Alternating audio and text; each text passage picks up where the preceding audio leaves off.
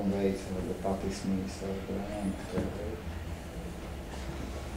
To sú dávali si všetko už učujem nejaké populárne ľudí. Ale ideálne je skutočne nájsť tú kolónu, že je to kvalitné, veľmi kvalitné a zároveň je to veľmi čítavé. Hej. No, vedeli by ste vy povedať, že čo je pre vás veľmi kvalitné? Teda študentov, nie vás samozrejme. A veľmi čítavé a veľmi kvalitné? Konkrétne titul. Welbeck, myslím, že Welbeck francúzsky. Aj keď má také roztečené konce. No to má. Ale to je možno dobré. On to určite tak chce, ale ja si myslím, že to nie je dobré, ale on to chce. No, že to chce, tak. Fonseca z brazilskej. Kto? Ruben Fonseca. To nepoznám. Poznám sa. Alebo Guimarães Rosa, no. Teraz to vyšlo. Tak, to si musím napísať. To si určite napíšte. Cez kopírák, hej? Nie, lebo tak sa orientuje. Presne, že mi niekto povie, že sa mu niečo páči. Ale ja nemám okuliare, napíšeš mi to nejako. Mne bolo zaujímavé, keď ste povedali, že ani žena. Skúsme ísť ďalej, vy? Ja si to všetko zapíšem a prečítam. Keď sme pri Svetovej, tak Marqueza máme občítané. No tak Marquez už je 20. storočie, ale skúsme niečo súčasné. Raždy. Raždy je tiež 20. Napíšte aj meno. No, ale... Ináč je zaujímavé s tou Zuzkou Šeršeňovou, tou nukleárnou bioložkou.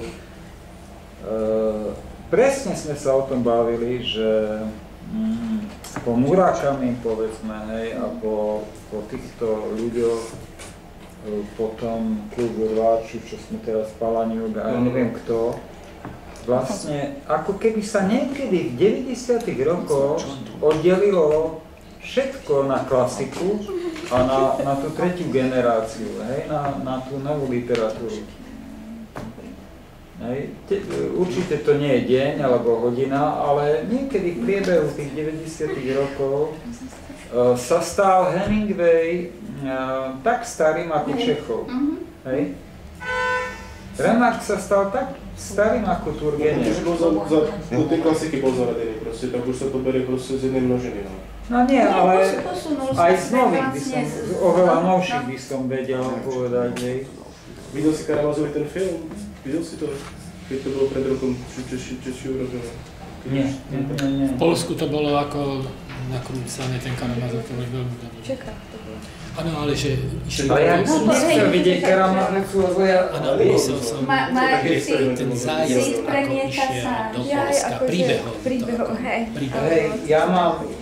My sme teraz urobili knihu. A vlastne, teda so synom. Čiže tu. So synom slovenskú knihu, pošlem vám ju 2, 4, 6, 7, 10. Hej, čiže naozaj idem na trh s kožou, môžete si povedať, čo chcete na tú knihu. A to sú tie srandy, hej. Teraz sme rozmýšľali, že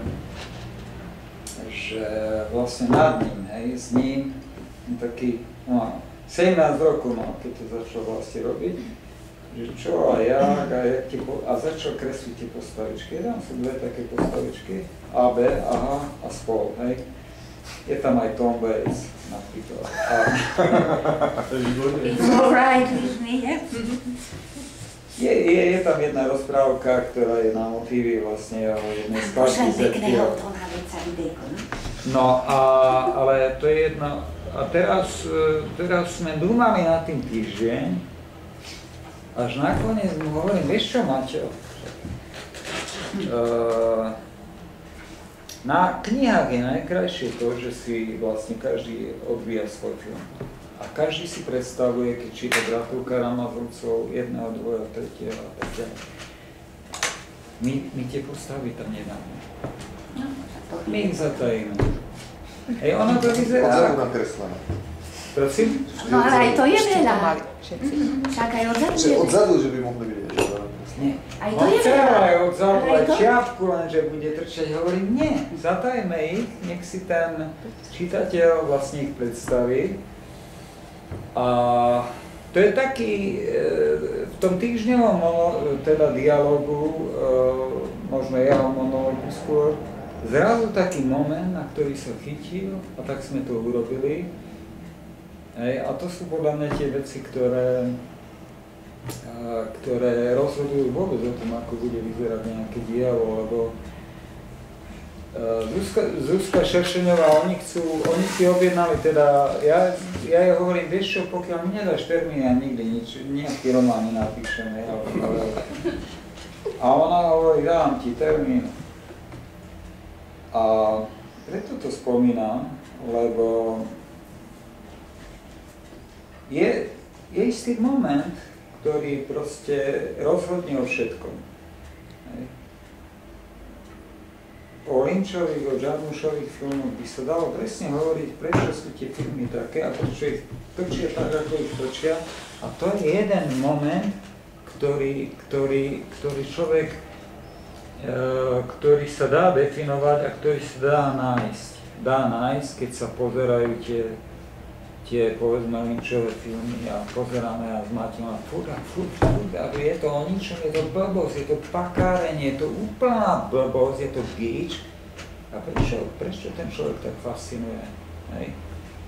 A keď je človek otvorený a hľadá a necíti sa pyšný, že je blbosť, ale hľadá, že prečo ho to fascinuje, tak príde na ten moment. Príde na ten moment, že niekto je alkoholik, alebo niekto bol inšpirovaný niečím, alebo ja neviem čo, niekde vyrostol. Hej. Ale dá sa nájsť ten moment, ten kľúč toho autora, prečo ten človek sa tak odpichol. Samozrejme, jeden zo 100 000 sa presadil a už ten kľúč vlastne rozvíja nejakým spôsobom. Hej. Keď spomínate to je Jarmuša, videli ste to Eduarda II.? Áno. Ja neviem, netvrdím, že sú to najlepší režiséri. Asi som nemal náladu, ale ešte som videl 2 dni predtým nejaké jeho veci, lebo tu bol festival, takže som videl v rámci toho a poznám jeho viacero iných vecí, ale kedysi toho Marlova hrali v divadle E.F. Buriana, to je dnešná Archa. Nešiel som na to, ušlo mi to pozornosti, ale bol som zvedavý, pretože toho Marlova je možné hrať buď jeho samotného, alebo to brechtovské poňatie. A tak som bol zvedavý, že čo z toho ten Jarmuš urobí. Asi som nebol v ten deň, lebo musíte mať na určité veci náladu, aby ste dokázali niektoré veci vnímať a tak ma to neoslovilo.